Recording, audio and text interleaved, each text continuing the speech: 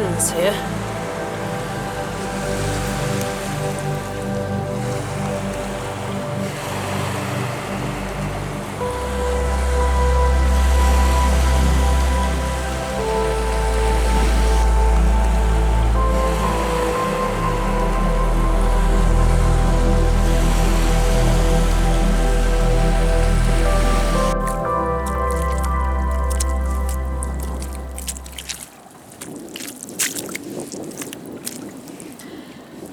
See a little pipe bowl here, and it looks like, yeah, it looks like a little face, so it looks like a Turk's head pipe bowl. I'm surprised I found it actually because it's so sludgy today. Let's give it a little rinse off.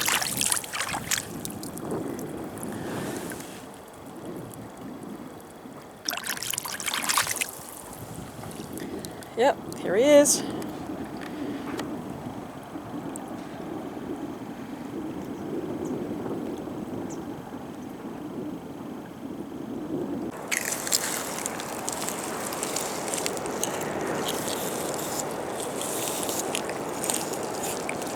Look at that, a perfect little scene.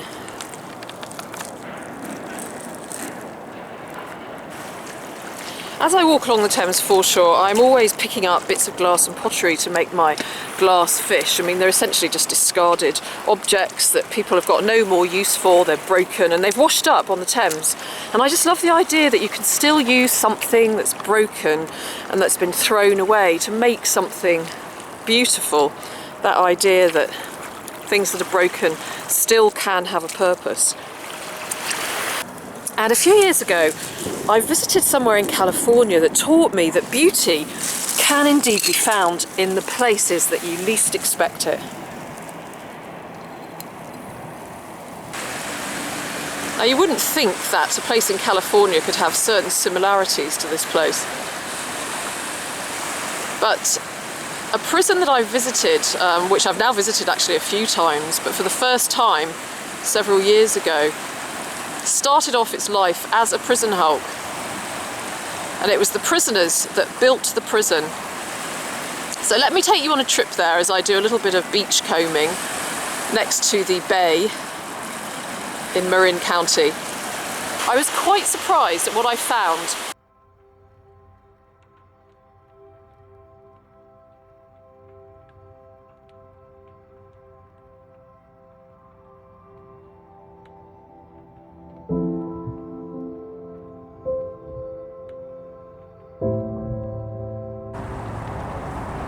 I'm here near Larkspur in Northern California, and I'm wandering along the river here, doing a little bit of beachcombing. There have been some very high tides recently, and it's been raining like mad, so there's all sorts of weird bits and pieces washed up. And I'm doing pretty well on the baseball front.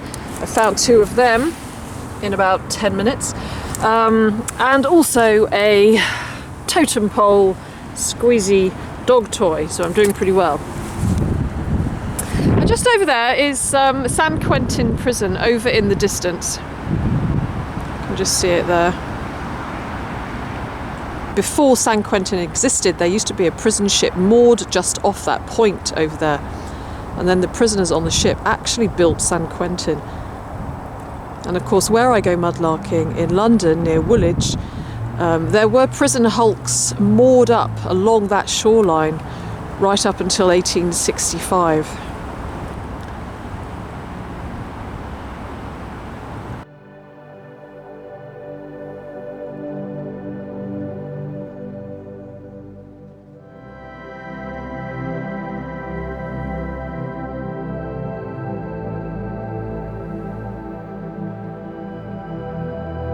And I'm going to introduce you to some of the prisoners who are also artists and poets who live behind those walls on San Quentin's death row. I'm expecting a phone call from one of the inmates called Steve Champion in about 5 minutes. And so whilst I'm waiting, let's carry on with some beachcombing.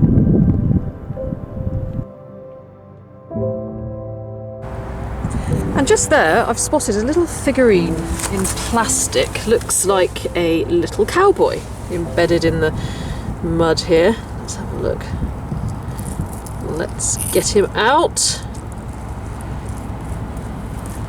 Oh, yeah, there we go.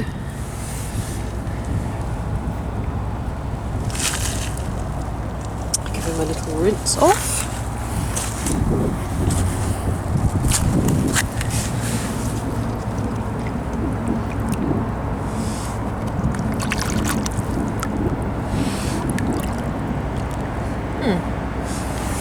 Cowboy.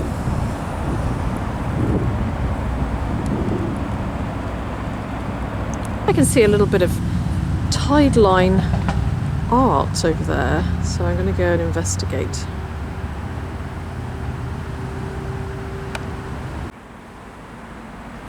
Yeah, so here's a great piece of tide line art made out of some old polystyrene-y stuff.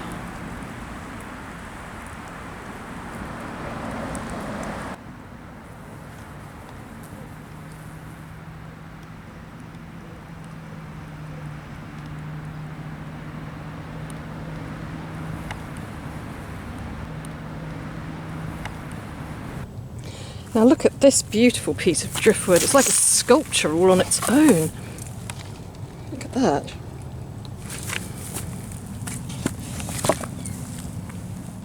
It's really stunning. Let's put it on a rock.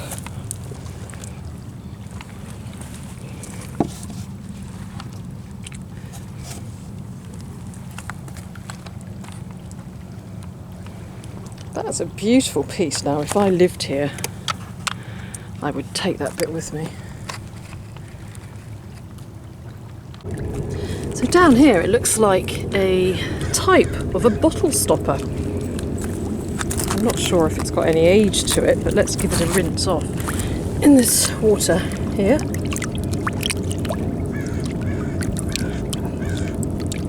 See if we can see any identifying marks on it.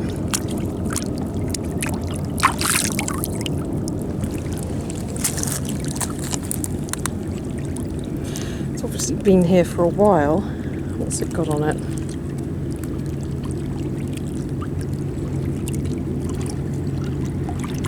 I can't quite read it at the moment, so I'm going to have a look later on, but could this be my first mudlarking find?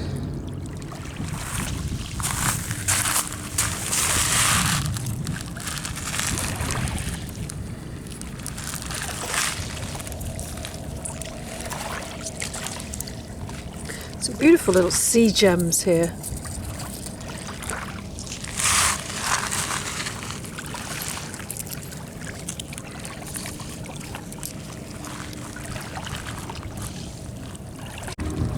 I've just found this and it looks like a, I don't know, like some form of tooth or the end of a feather or something interesting anyway.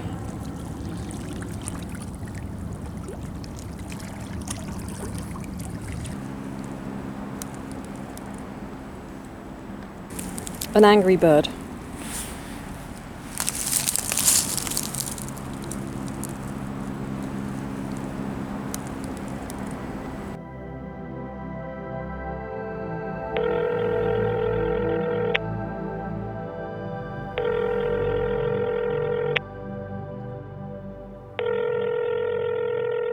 This is Global Tellink. You have a prepaid call from Adisa. An inmate at the California State Prison, San Quentin, California. This call and your telephone number will be monitored and recorded. To accept this call, say or dial 5 now. Thank you for using Global Tellink. Hello? Hello. Hi, is that Steve Champion? Yes, it is. Thank you very much for agreeing to have a chat with me, Steve. For the purposes of those people listening to this conversation on my YouTube video, please could you introduce yourself? Sure. And I just want to thank you for giving me the opportunity to speak to you as well as to your audience. My name is Steve Champion. My Swahili name is Adisa Kamara, and Adisa means one who makes himself clear, and Kamar means one who teaches from experience. I am currently at San Quentin State Prison. I am on death row, and I have been on death row for 37 years. Okay, thank you very much. Well, I've been doing some beach combing along the shore close to San Quentin, and it's hard to ignore the imposing building just looking out over the bay. And it makes me want to know more about the people inside. But 37 years, how have you coped with 37 years on death row?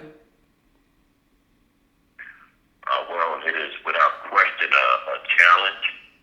And one of the things that I had to do in order for me to cope here is that I had to create a reason for being, for my being. And I had to create a central purpose in my life. And having a central purpose in my life is like having an alarm clock, which allows me to wake up every morning and feel inspired. Okay, and so what is the central purpose of your life then? What did you find to Call create? and your telephone number will be monitored and recorded. Okay, sorry, I'll repeat that question. I'll repeat that question. So what did you find then to be the central purpose of your life?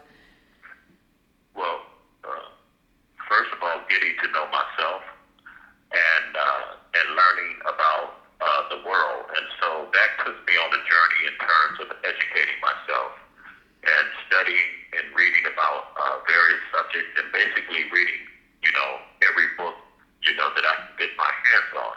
And more importantly, though, I wanted to learn about myself. I wanted to learn about who I am. And so I had to go on an inward journey. And during that course, also, I learned to appreciate learning to become a writer. So these two things became central in my life. And those two things are what gave me a central purpose. And that is what allows me to become inspired each and every day. Okay, so that's learning and writing. And so what do you write about? Well, I write poetry. I write essays. I have also been fortunate enough to co-author 2 books and author 1 book.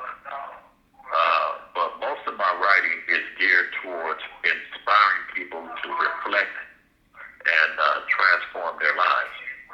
And so I write about the things that inspire me, and that can be a short story, fiction or nonfiction. That can be an essay about some type of social issue that exists in society. And so these are the things that I try to write about. Okay, and so would you say that you have transformed your life during these 37 years that you've been on death row since, goodness me, you must have been a teenager when you arrived there? Well, absolutely. I certainly hope I have.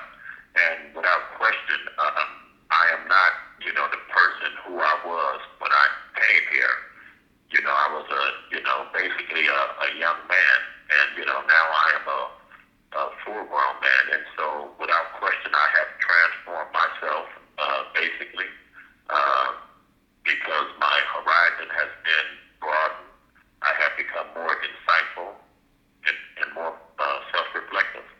Okay, so hopefully then, I imagine that you would hope that your writings then would inspire and help other people to transform their lives.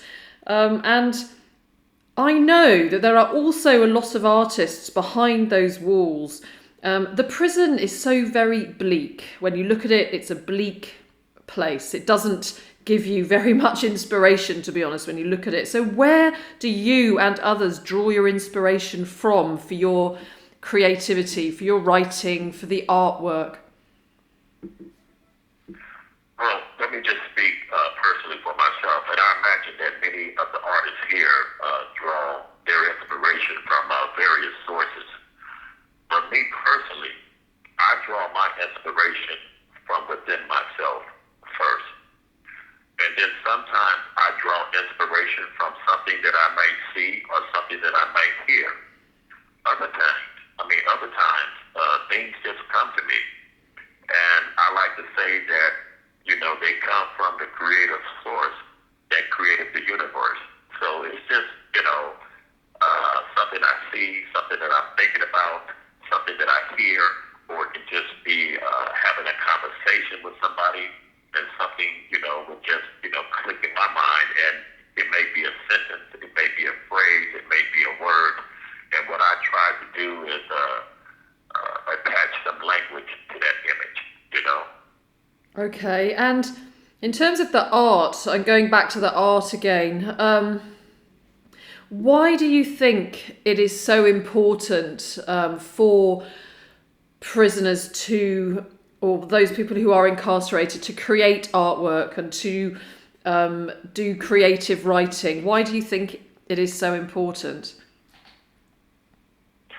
Well, I think it's important because what art does is not only connect you to the social world that many people incarcerated have been, divorced from or separated from, but what art can do, it can force you or cause you or encourage you to look inward. And so I think it's important, that the art allows one to self-reflect as well as to reflect about, the human condition. Okay, and when I see the prison from the outside, I feel that it's just full of people who are no longer part of society, that they're forgotten about behind the barbed wire and the walls. Do you feel that you and others on death row have something to offer to society?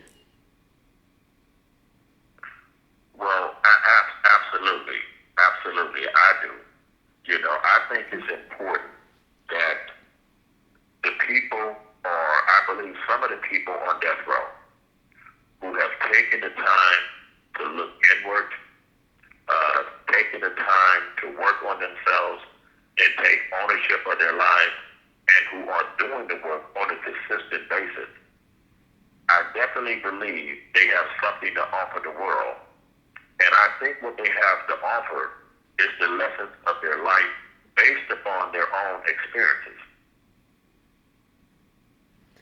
And can beauty be found even in a place like death row? There's an old saying that beauty is in the eye of the beholder. And I think that beauty can be found anywhere because you're dealing with human beings. And it all comes from the imagination and the inspiration of the human condition. So beauty can be found on the Riviera. It can be found in a hut in Cambodia.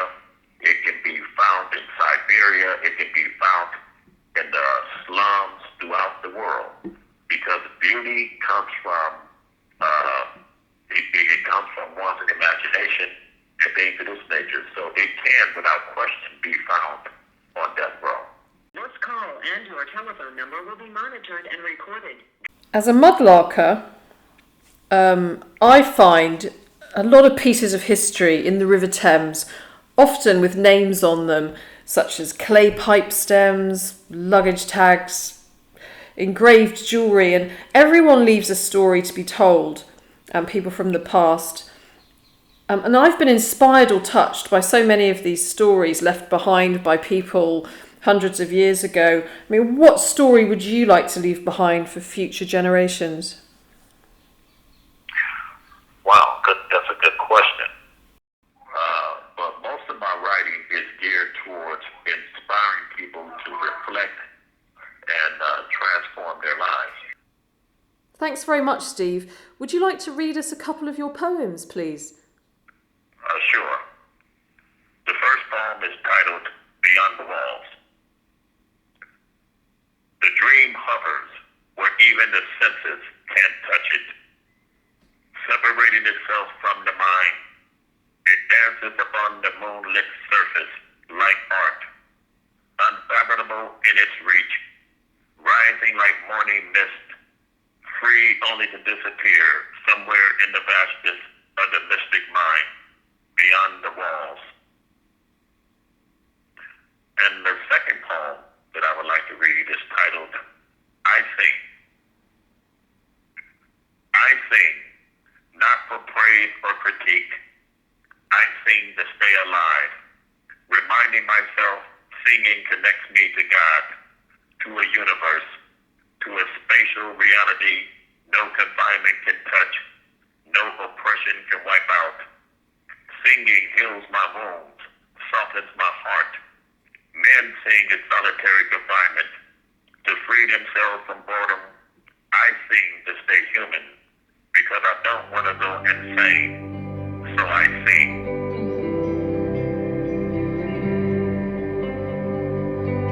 Thank you very much, Steve, and thank you for agreeing to talk to me and You have 60 seconds remaining. to talk to the people who watch my YouTube videos. It was my pleasure, and just thank you for giving me the opportunity to share some of my views and some of my work with you as well as to your audience. Thank you. Bye-bye.